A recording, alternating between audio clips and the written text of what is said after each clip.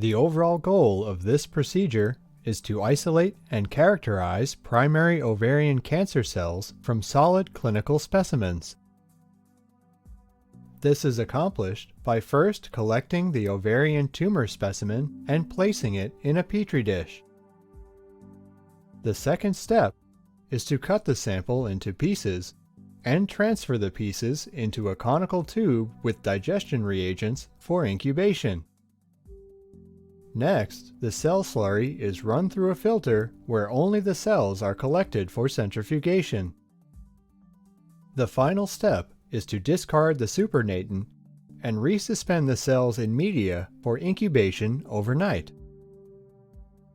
Ultimately, the epithelial ovarian cancer cells will grow in culture for weeks, which allows for downstream applications.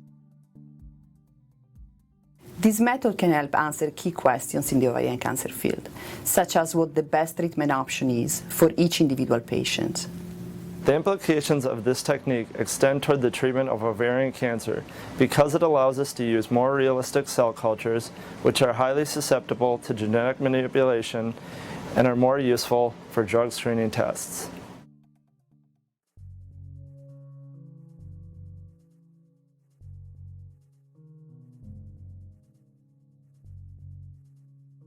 To begin, supplement 500 milliliters of Delbeco's Modified Eagles Medium, or DMEM, with 10% fetal bovine serum, or FBS, and 1% penicillin streptomycin, or PS.